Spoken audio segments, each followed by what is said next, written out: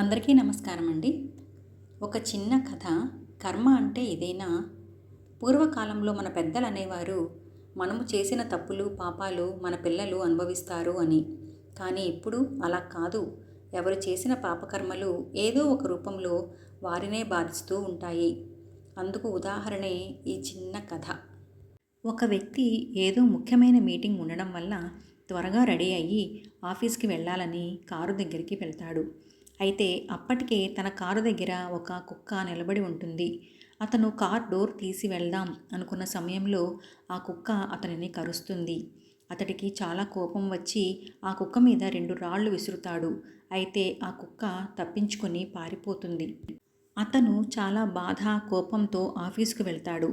అంతలో అతని మేనేజర్ పలకరించడంతో ఆ కోపం మొత్తం మేనేజర్ మీద చూపిస్తాడు.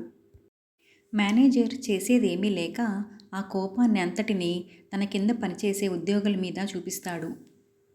ఇలా ఆ కోపం ఒకరి నుంచి ఒకరికి ట్రాన్స్ఫర్ అవుతూ చివరకు అక్కడ పనిచేసే వాచ్మెన్ మీద ఆ కోపాన్ని చూపిస్తారు. అయితే నిజానికి ఆ వాచ్మెన్కు ఆ కోపానికి ఎటువంటి సంబంధం లేదు. సాయంత్రం పని ముగించుకొని అందరూ ఇంటికి వెళ్తారు. అలాగే వాచ్మెన్ కూడా ఇంటికి వెళ్ళి డోర్ కొట్టగానే అతని భార్య తలుపు తెరిచి ఎందుకు ఇంత ఆలస్యమైంది అని అడుగుతుంది. కోపంతో రగిలిపోతున్న అతను భార్యను లాగి ఒకటి కొడతాడు.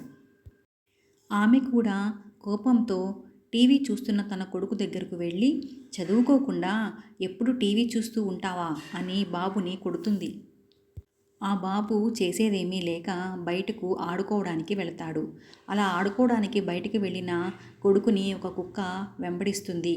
అది గమనించిన ఆ పిల్లాడు పక్కనే ఉన్న రాయి తీసుకొని కుక్కను గట్టిగా కొడతాడు. దెబ్బ గట్టిగా తగలడంతో ఆ కుక్క విలవిలలాడిపోతుంది. ఆ కుక్క ఎవరో కాదు, మొదట్లో కారు ఎక్కుతున్న వ్యక్తిని కరిచిన కుక్క.